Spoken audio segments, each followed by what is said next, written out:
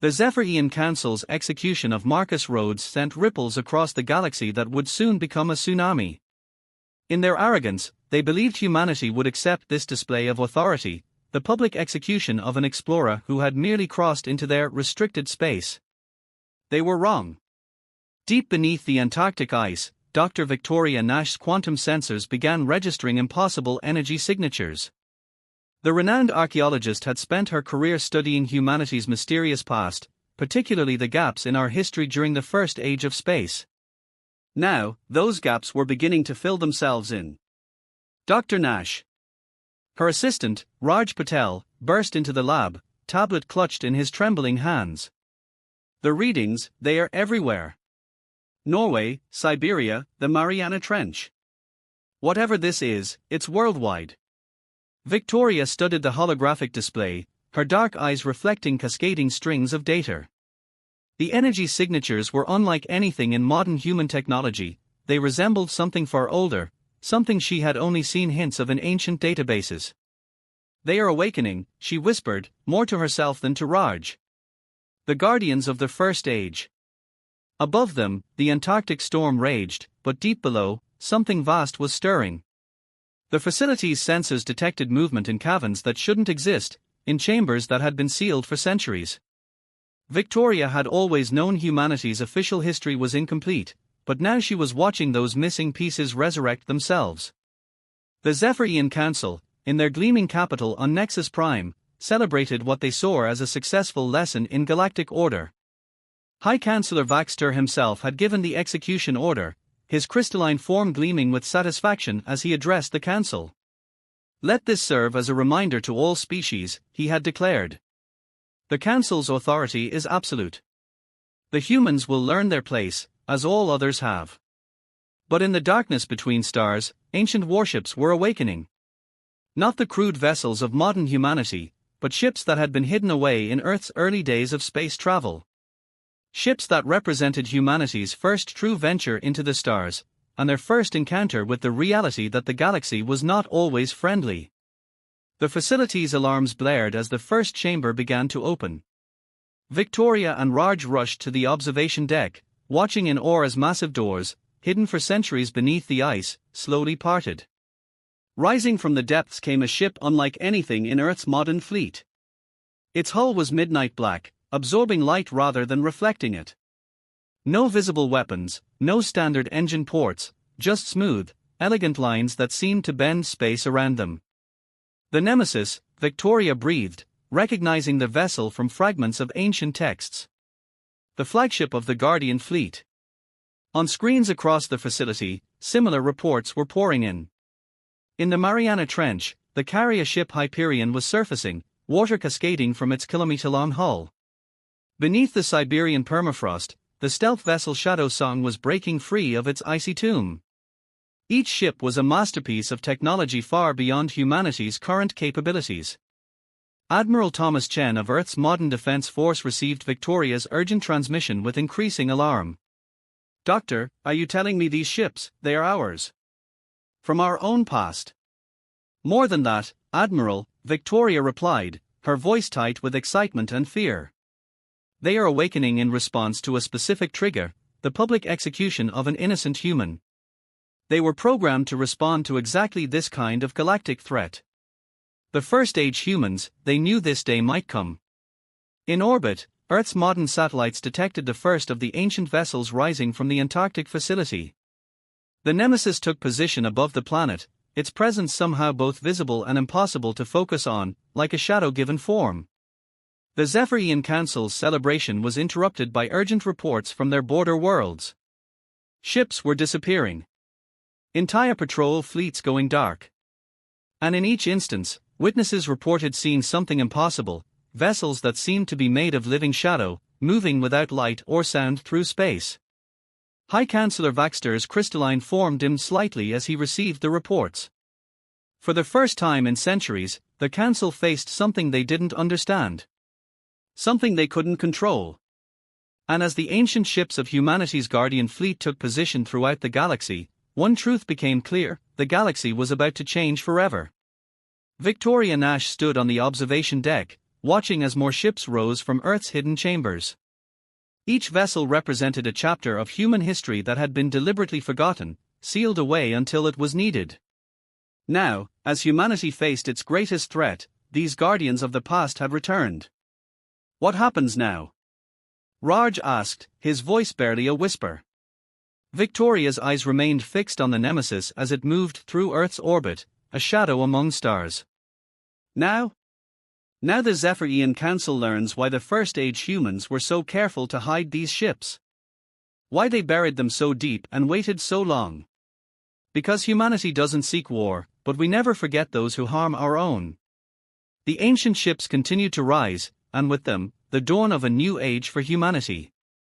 The Zephyrian Council had wanted to teach humanity a lesson. Instead, they were about to learn one themselves, one that had been waiting centuries to be taught. The Zephyrian Council's mighty fortress world of Nexus Prime had never known fear, until now. High Chancellor Vaxter stood before the grand window of his crystalline tower, watching as another military vessel disappeared from their tracking systems. Not destroyed, not disabled, simply gone, as if it had never existed. Impossible, muttered General Kralvex, his scaled armor clicking as he shifted uncomfortably. 30 ships in 7 days. No debris, no distress calls. They just vanish. The council chamber had lost its usual grandeur. The soaring crystal arches that had once inspired awe now seemed fragile, like ice that could shatter at any moment. Representatives from 17 alien species sat in tense silence, their earlier bravado evaporating with each new report.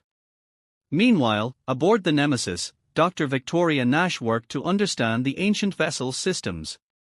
The ship's interior defied conventional physics, spaces that seemed to fold into themselves, corridors that changed configuration, and technology that responded to thought as much as touch. These ships, she explained to Admiral Chen via quantum link, they are not just advanced, they are evolved. The First Age humans didn't just build them, they grew them. Each vessel is partially organic, partially quantum mechanical. They don't just move through space, they manipulate it. Raj had discovered archives within the Nemesis's memory core, revealing more about humanity's forgotten past. The First Age, he read aloud, ended not because we failed, but because we succeeded too well. Our ancestors created these ships as guardians, but they feared what might happen if such power was normalized. So they sealed them away, choosing to let humanity develop naturally rather than rely on inherited power. The Guardian Fleet's campaign against the Zephyrian Council continued with surgical precision. On the border world of Kex Prime, the Council's largest shipyard simply ceased to exist.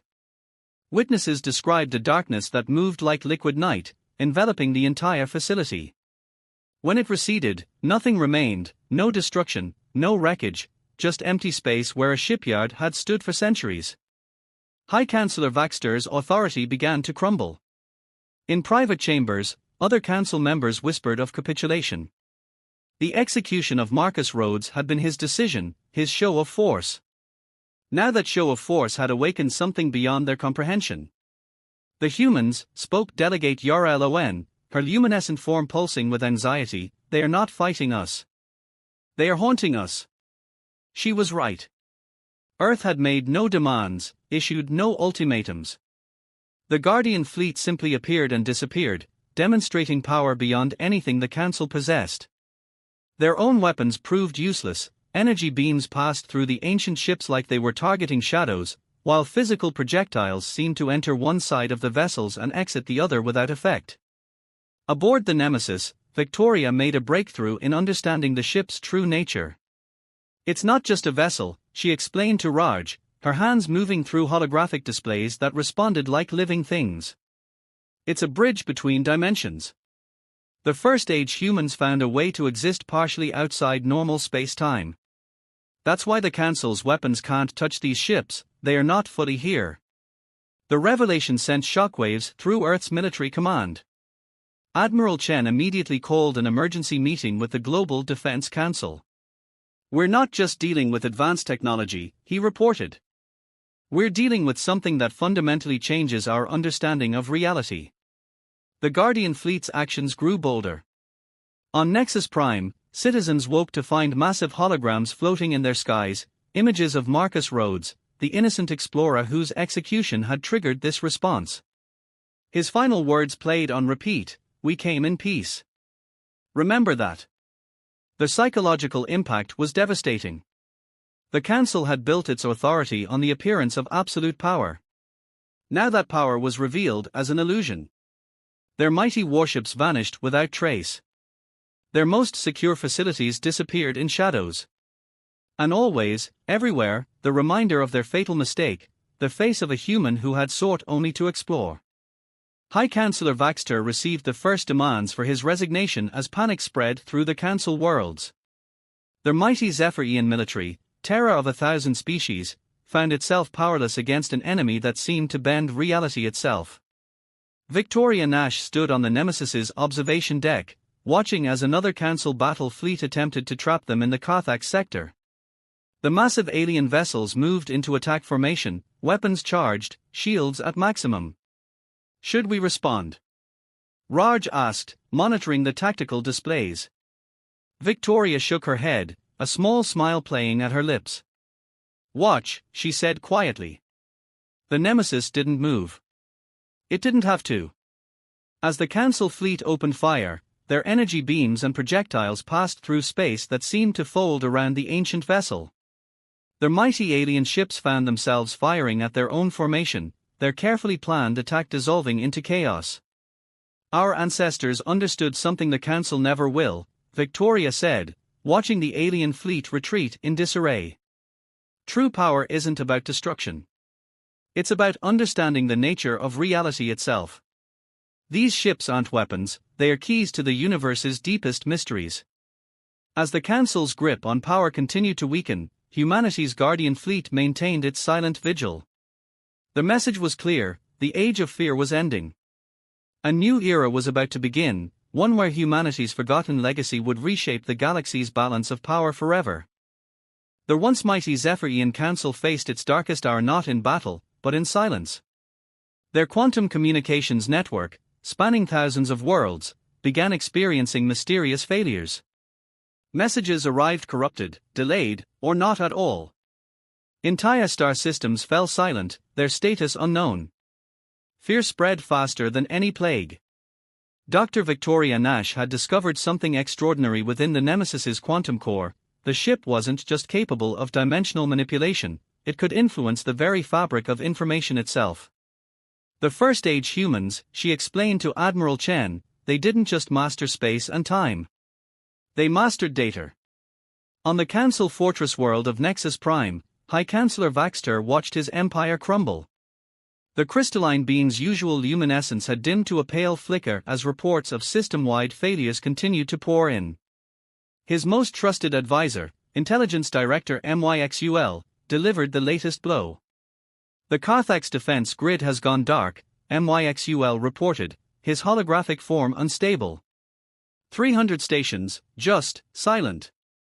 And there's more. The population is beginning to question everything: our history, our authority, even our species' origins.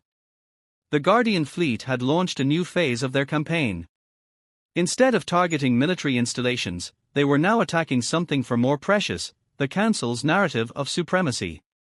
Ancient records, long suppressed by the Council, began appearing on public networks across their worlds. Stories of other species who had been subjugated, histories that had been erased, truths that had been buried. Aboard the Nemesis, Raj Patel worked with the ship's living computers to coordinate this information warfare. "It's beautiful," he told Victoria, watching as streams of data flowed through holographic displays. "These ships don't just store information, they understand it. They can predict how knowledge will impact entire civilizations." The Council's response was desperate and predictable. They attempted to shut down all interstellar communications, hoping to stem the flood of revelations. But the Guardian fleet's mastery of quantum information made such efforts futile. The truth, once released, proved impossible to contain. "You don't understand what you're doing," High Chancellor Vaxter broadcast on all frequencies, his message aimed at the human fleet. "The galaxy requires order. Structure. Without our guidance, chaos will reign." The response came not in words, but in images. Every screen on every Council world displayed the same sequence: the peaceful approach of Marcus Rhodes's ship, his attempts at communication, his execution. But now, something new was added: records from the Council's own archives, showing centuries of similar incidents. Thousands of explorers from dozens of species, all killed to maintain the Council's power. "The galaxy doesn't need your kind of order anymore," Victoria's voice replied, transmitted through channels that couldn't be blocked. "It needs truth. It needs freedom. Most of all, it needs to remember." The Guardian Fleet's campaign entered its most devastating phase. The ancient ships began appearing in the midst of council ceremonies, diplomatic functions, and public gatherings. They didn't attack, they simply existed, impossible to detect until they chose to reveal themselves, impossible to stop once they did. The psychological impact was catastrophic. The Council's leadership, used to projecting an image of invincibility, found themselves jumping at shadows. Literally. High Chancellor Vaxter himself fled a crucial military briefing when the room's shadows began to move, though sensors detected nothing unusual. "This is what the First Age humans understood," Victoria explained to Earth's leadership. "True power isn't about controlling reality, it's about understanding it so deeply that control becomes unnecessary. These ships aren't just weapons, they are teachers." The Council's military response grew increasingly erratic. Entire fleets fired on empty space, chasing phantom readings. Defense systems activated against non-existent threats. Their mighty Zephyrian war machine was being defeated not by superior firepower, but by its own fear. In the Nemesis's quantum core, Victoria made another breakthrough. The ship's archives contained not just tactical data, but philosophical texts. The First Age humans had developed their incredible technology not for conquest, but for understanding. The Guardian Fleet had been created not to rule the galaxy, but to protect it from those who would. "We've been thinking about this wrong," she told Admiral Chen during an emergency briefing. "These ships weren't hidden away because they were too powerful. They were hidden because humanity wasn't ready for the responsibility they represented. The question isn't whether we can defeat the Council, it's whether we're ready to help build something better in its place." The impact of this revelation rippled through Earth's leadership. Humanity had awakened power beyond imagination, but with it came a choice. They could crush the Council, assert dominance over the galaxy as their ancestors could have done. Or they could do something far more difficult: they could lead by example. As the Council's power structure continued to fracture, other species began reaching out to Earth. Not in fear, but in hope. They had seen how humanity wielded its recovered power, not for vengeance, but for truth. Not for dominance, but for justice. Aboard the Nemesis, Victoria watched as another Council world's defense systems collapsed, not from attack, but from the weight of revealed truth. The First Age humans knew this would happen, she told Raj. They knew that someday, the galaxy would need to be reminded that power without wisdom is nothing but violence with better weapons. The Guardian Fleet's ships continued their silent campaign, moving like thoughts through the quantum fabric of space. They carried with them not just the legacy of humanity's forgotten past, but the promise of a future where power served truth rather than suppressed it. The galaxy was changing, and there would be no going back. The great halls of the Zephyrian Council lay silent, their crystalline architecture no longer humming with power and authority.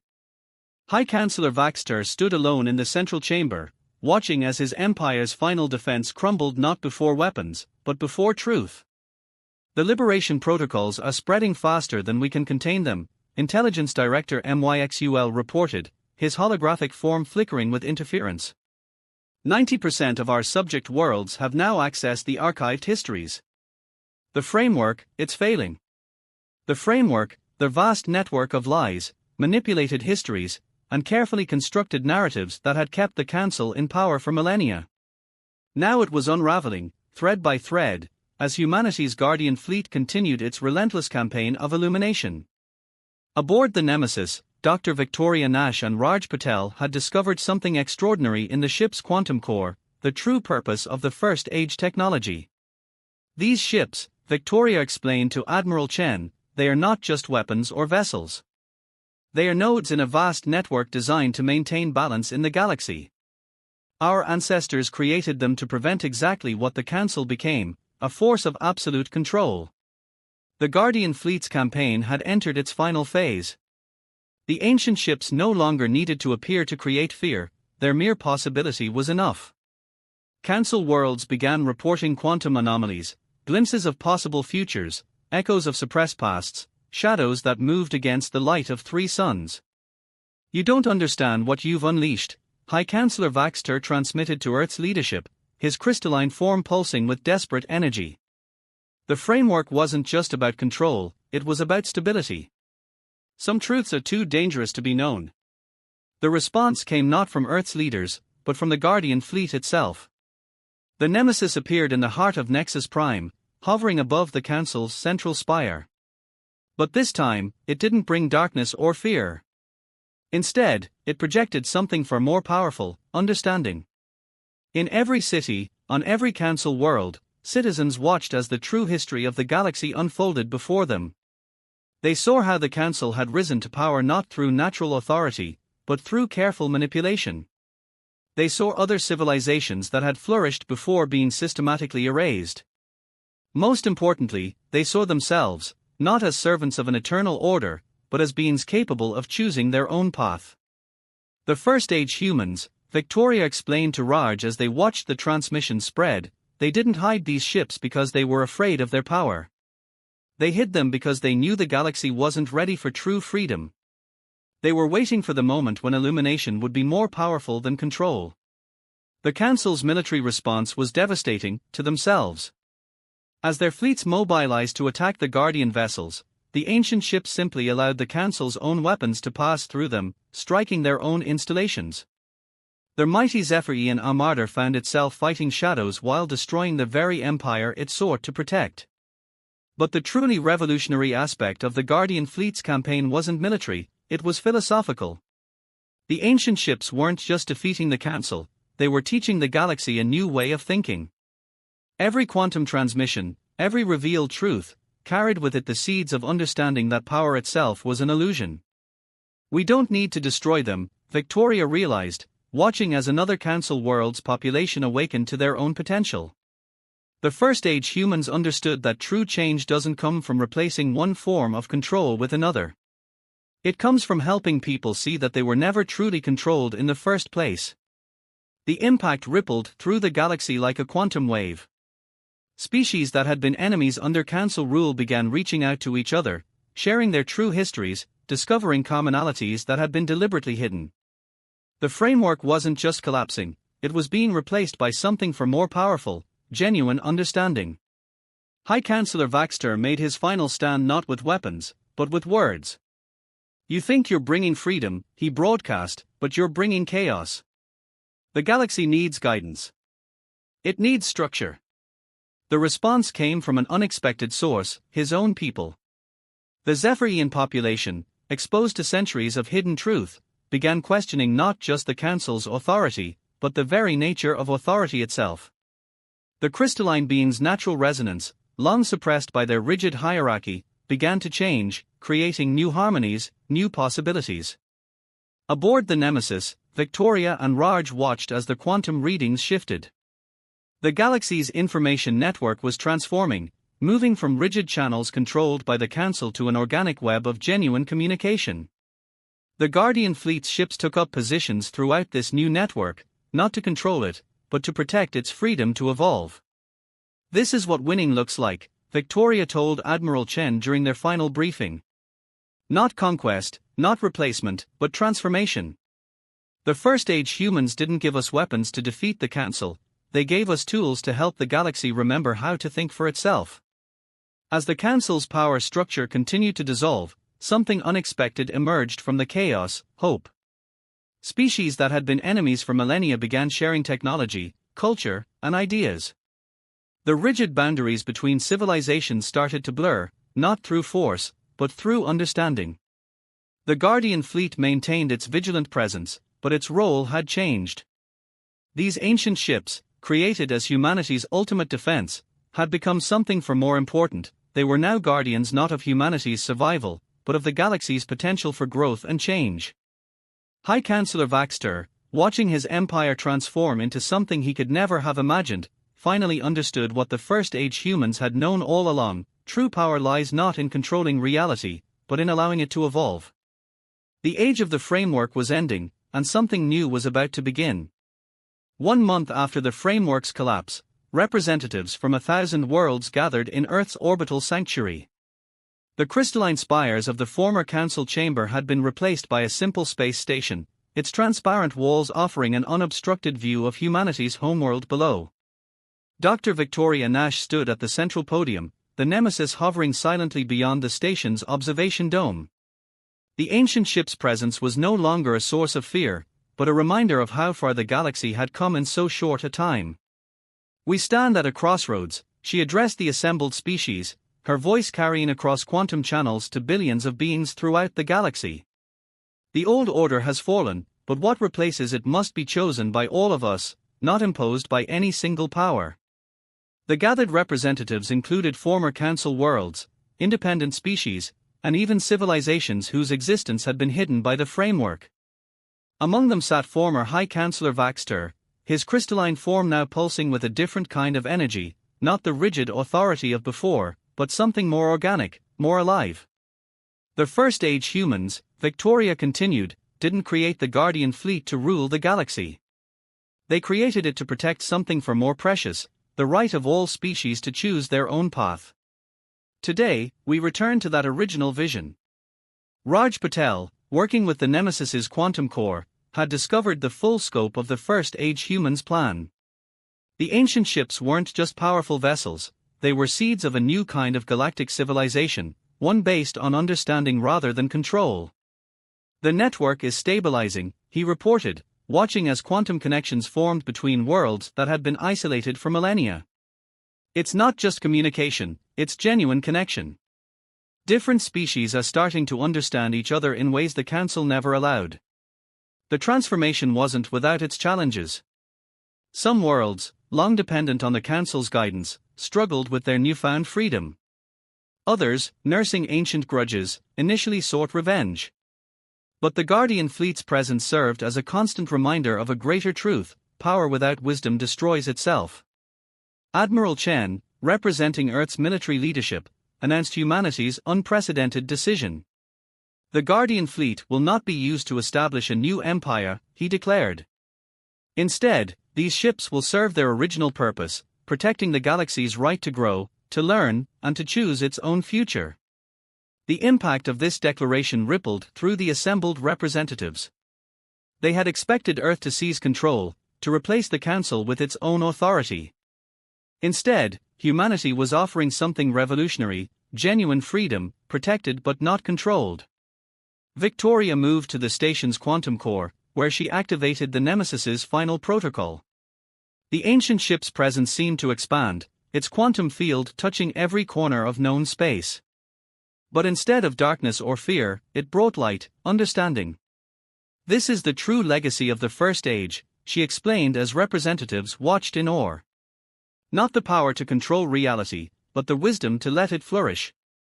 The Guardian fleet doesn't just protect us from physical threats, it protects us from the greatest danger of all: the belief that any one species should rule over others." Former High Chancellor Vaxter rose to speak, his crystalline form refracting starlight in new patterns. "We built our power on the suppression of truth," he acknowledged. "But you have shown us a greater power: the strength to face truth, to learn from it, and to grow beyond our fears." The gathering marked the beginning of something unprecedented in galactic history: a civilization based not on control, but on genuine cooperation. The Guardian fleet's ships took up positions throughout known space, their presence ensuring that no power could ever again impose its will on others. But the greatest change wasn't in the political structure of the galaxy, it was in how different species began to interact. The quantum network that had once served the Council's propaganda now carried genuine exchanges of knowledge, culture, and understanding. "Look at this," Raj called to Victoria, showing her the latest quantum readings. Across the galaxy, species that had been enemies under the Council were working together, sharing technologies, solving problems that had seemed insurmountable under the old order. The station's observation dome filled with light as the Nemesis demonstrated one final capability, the power to show not just what was, but what could be. Representatives watched as possible futures unfolded before them, each one brighter than the last. This is what the First Age humans protected, Victoria said softly. Not just our survival, but our potential. They knew that someday, the galaxy would need to remember that true power lies not in controlling others, but in helping them grow. The gathering concluded not with treaties or proclamations, but with a simple understanding. The age of empires was over. The age of exploration, true exploration, not just of space but of possibility, had begun. As the representatives departed, returning to worlds forever changed by truth, Victoria stood with Raj in the Nemesis's quantum core. The ancient ship hummed with energy, not of warfare but of protection, of potential. What happens now? Raj asked, watching as the quantum network pulsed with new connections, new possibilities. Victoria smiled, her eyes reflecting the light of a galaxy awakening to its own potential. Now we do what humans have always done best, we explore, we learn, and we grow. But this time, we do it together with all the species of the galaxy, each contributing their own unique perspective to the greatest adventure of all, the discovery of what we can become when we're truly free. The Guardian Fleet's ships maintained their vigilant watch, no longer as weapons of war but as guardians of possibility. The galaxy had changed forever, and in that change lay the seeds of a future brighter than any single species could have imagined alone.